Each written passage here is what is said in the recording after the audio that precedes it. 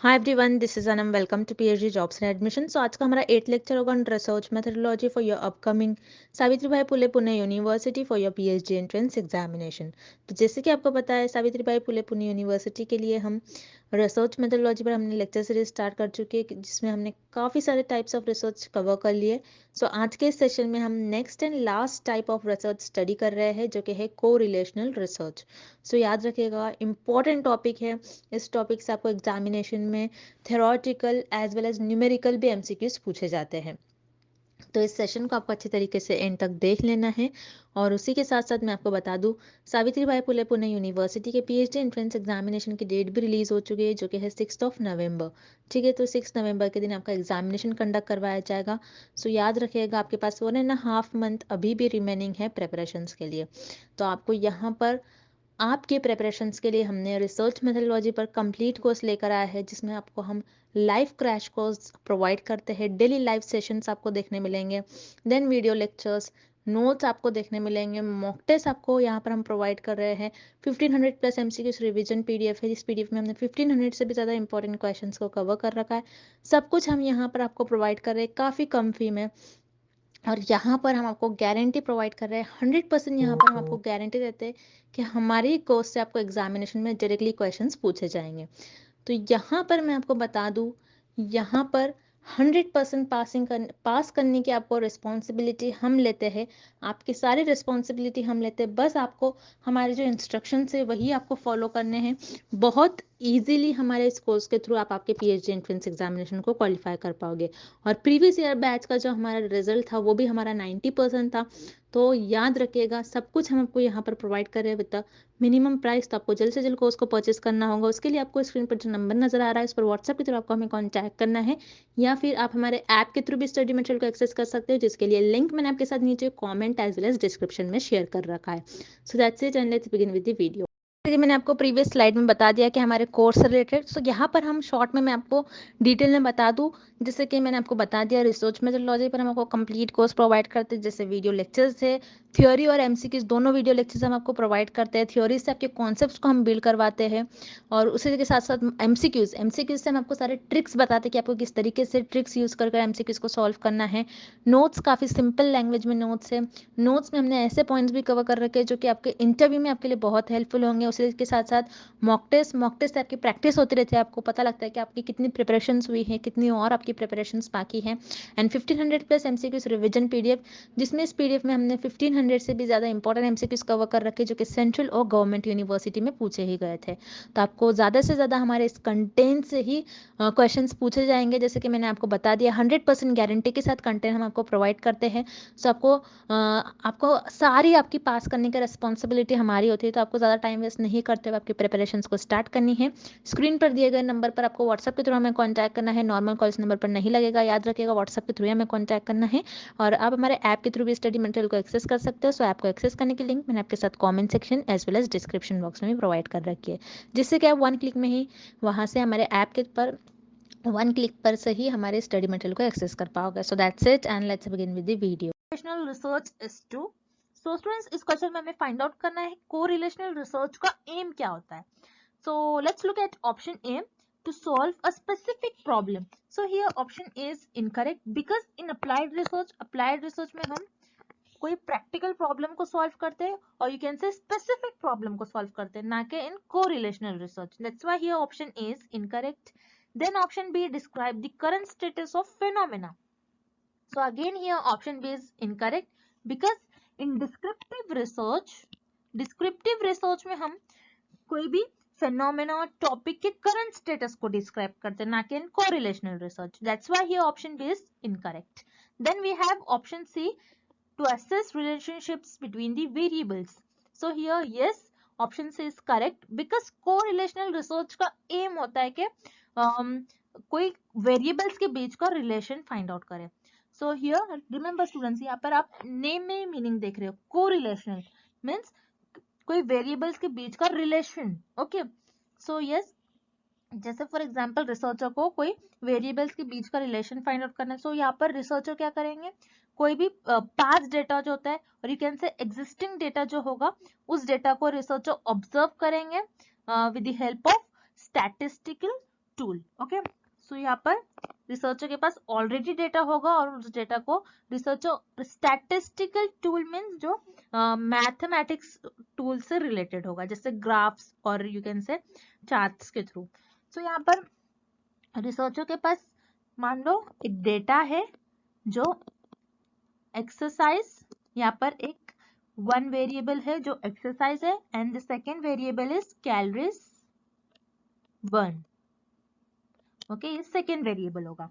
सो researcher के पास ये दो वेरिएबल्स है। सो रिसर्चर ने ये दो वेरिएबल्स और यहाँ पर जो डेटा था दो वेरिएबल्स का, यहाँ पर रिसर्चर ने उस डेटा को ऑब्जर्व किया, एनालाइज किया और रिसर्चर ने ये देखा with the help of statistical tool, researcher ने ये पाया कि यहाँ पर जो लोग एक्सरसाइज ज्यादा कर रहे थे उनमें, और this indicate calories burn. Okay, so जो लोग एक्सरसाइज ज्यादा कर रहे थे उनकी कैलोरीज भी ज्यादा बर्न हो रही है। दैट्स व्हाई हियर रिसर्चर ने ये देखा कि एक्सरसाइज और कैलोरीज बर्न ये दोनों वेरिएबल्स के बीच में कुछ रिलेशन है। Okay, that's why here correlational research का एम ये होता है कि कोई वेरिएबल्स के बीच का रिलेशन फाइंड आउट करे। Okay, so here option C is the right answer to assess relationships between the variable. All right, next question. Correlational research is, so students इस क्वेश्चन में हमें फाइंड आउट करना है कि correlational research क्या होती है।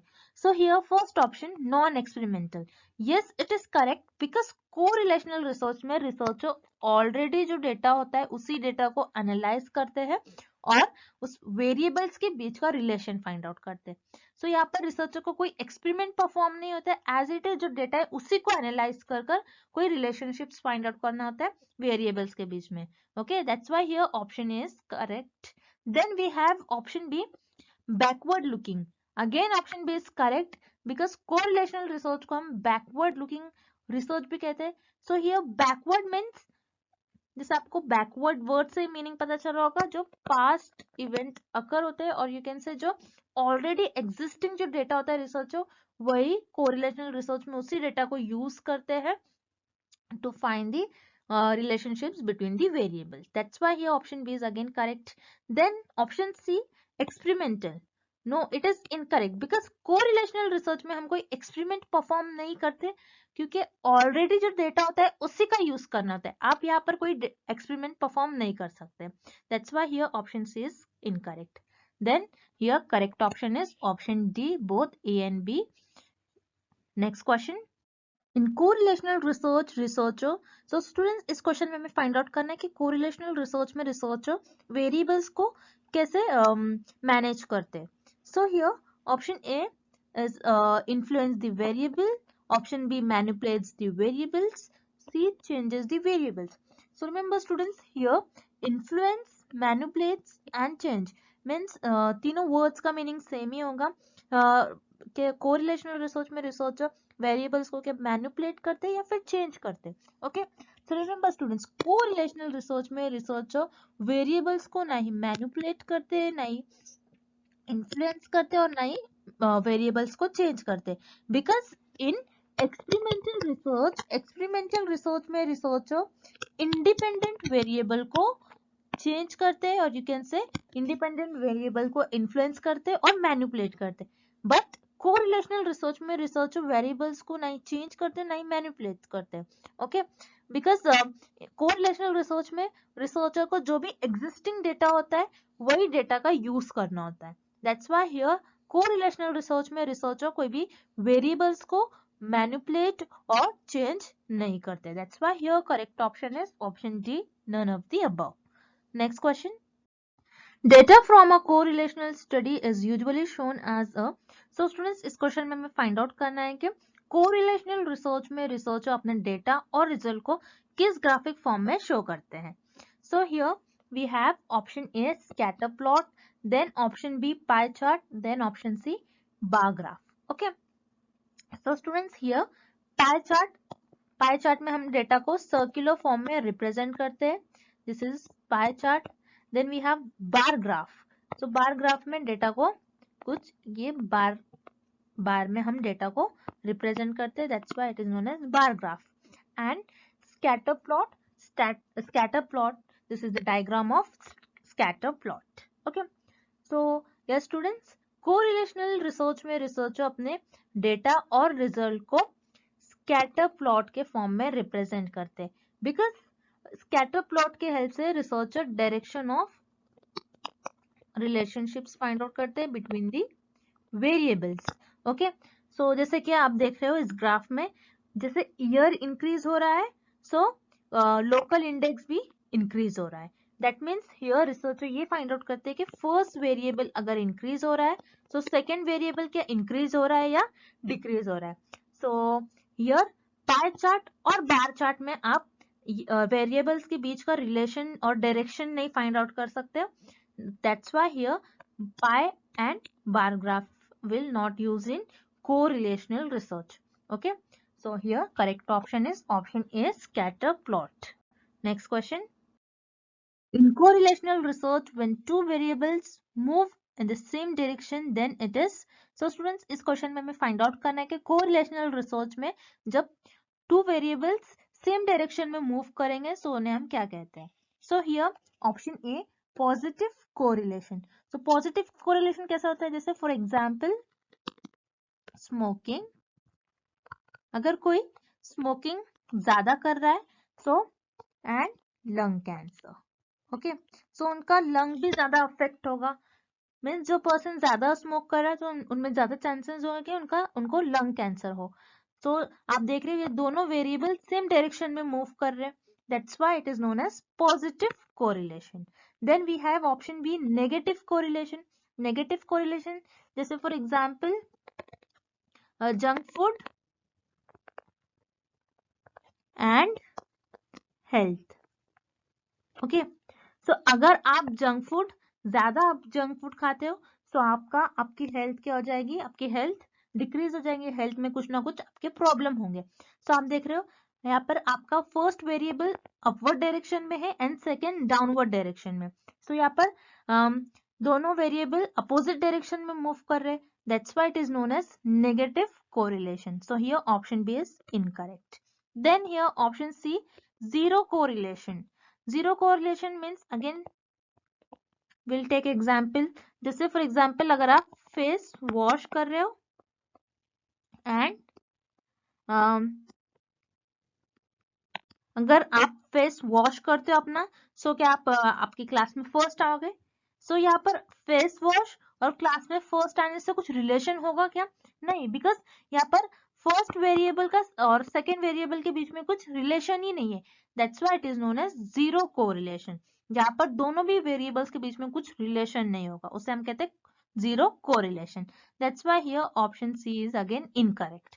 सो यस, जब भी दो वेरिएबल सेम डायरेक्शन में मूव करते हैं सो उसे हम कहते हैं positive correlation. So here option is the right answer.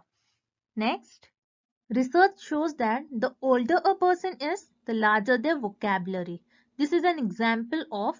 So students, इस क्वेश्चन में हमें एक एग्जाम्पल गिवन है और हमें फाइंड आउट करना है ये एग्जाम्पल किस कोरिलेशन की एग्जाम्पल होंगी. Okay, so what is an example. Older a person means जो पर्सन की एज ज्यादा होगी, then there larger their vocabulary means vocabulary means here you can say knowledge of words. Okay, तो जिस person की age ज्यादा होंगी उनकी वोकैबुलरी भी ज्यादा होगी. ओके, सो जैसे आप देख रहे हो दोनों वेरिएबल जो है सेम डायरेक्शन में मूव कर रहे हैं. ओके, जब भी वेरिएबल सेम डायरेक्शन में मूव करते हैं उन्हें हम कहते हैं positive correlation. So this is an example of positive correlation. So here option A is the right answer. Moving on to the next question. Perfect correlation is when correlation coefficient is. So students, इस question में हमें find out करना है correlation coefficient की value क्या होगी जब हम उसे perfect correlation कहेंगे. तो यहाँ पर perfect correlation coefficient word is new for you. So correlation coefficient ऐसा coefficient होता है जो मेजर करता है strength of relationships को. Okay, strength of relationships between the variables means variables कितने स्ट्रांगली रिलेट कर रहे हैं. सो इस कोएफिशिएंट की वैल्यू -1 से +1 के बीच में लाई करती है. So here -1 means perfect negative correlation, and +1 means perfect positive correlation, where 0 means there is no relation between the variables.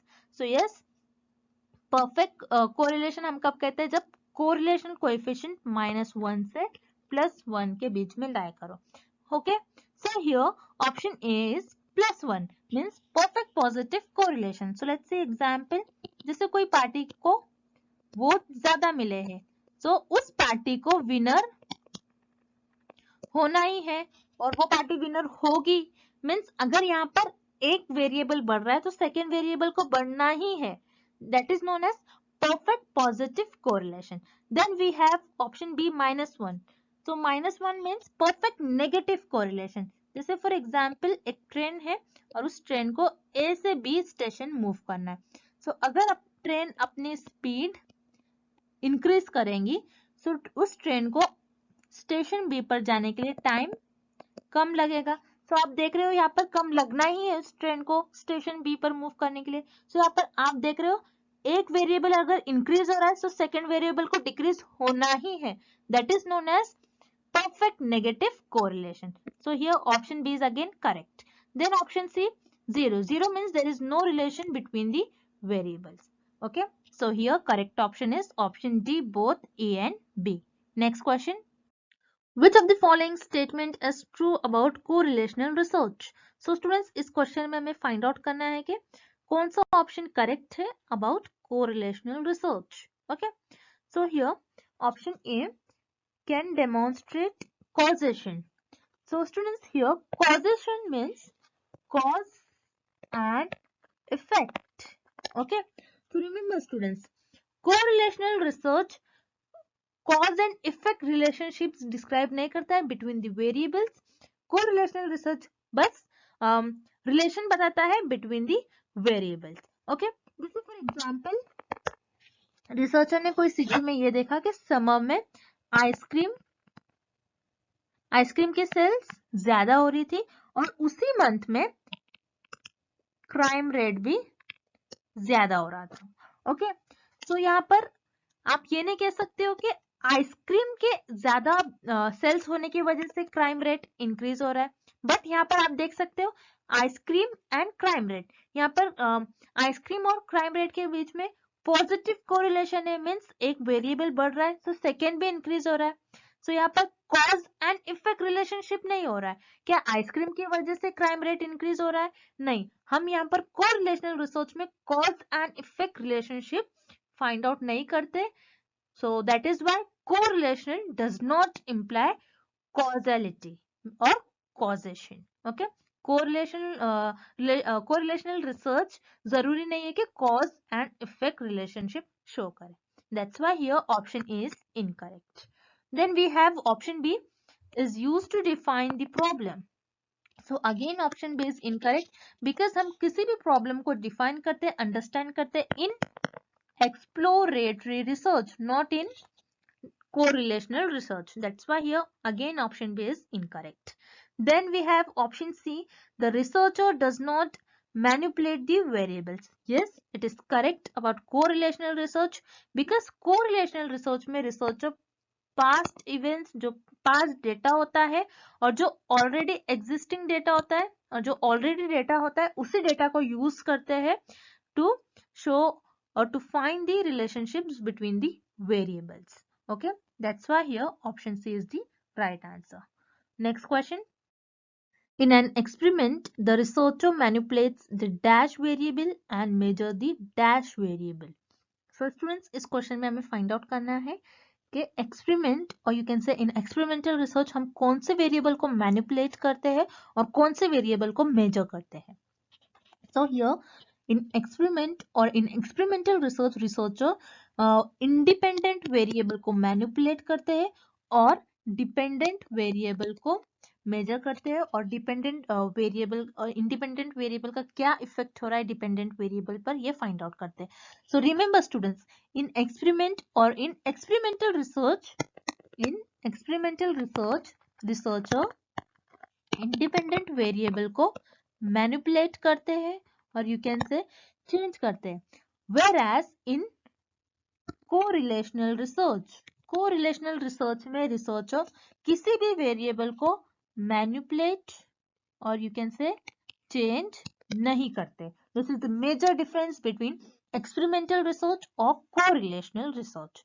So yes, in experimental research, researcher independent variable को manipulate करते हैं और dependent variable को measure करते हैं. That's why here option A is the right answer. Moving on to the next question. In correlational problem, both variables are. So students, इस question में हमें find out करना है correlation research में जो दोनों भी variables होते हैं वो कैसे होते हैं. So let's see option A equal. No, it is incorrect because correlational research में variables equal हो ये जरूरी नहीं है. It is not necessary. That's why here option A is incorrect. Then option B unknown. Again here option B is incorrect because correlational research में already हमारे पास data present होता है. That's why here option B is incorrect. Then here option C fixed. Again option C is incorrect because आप correlational research में आप variables को fix नहीं कर सकते हो. अगर आप फिक्स करोगे सो वो कांस्टेंट हो जाएगा. That's why here option C is incorrect. Then we have option D random. Yes, it is correct. Correlational research में वेरिएबल्स रैंडम होते हैं और students remember this is very important point. This is the property of correlational research जहां पर variables random होते हैं. That's why here option D is the right answer. So students, I hope the concept of correlational research is clear to everyone and thank you for watching this video. See you tomorrow with another video.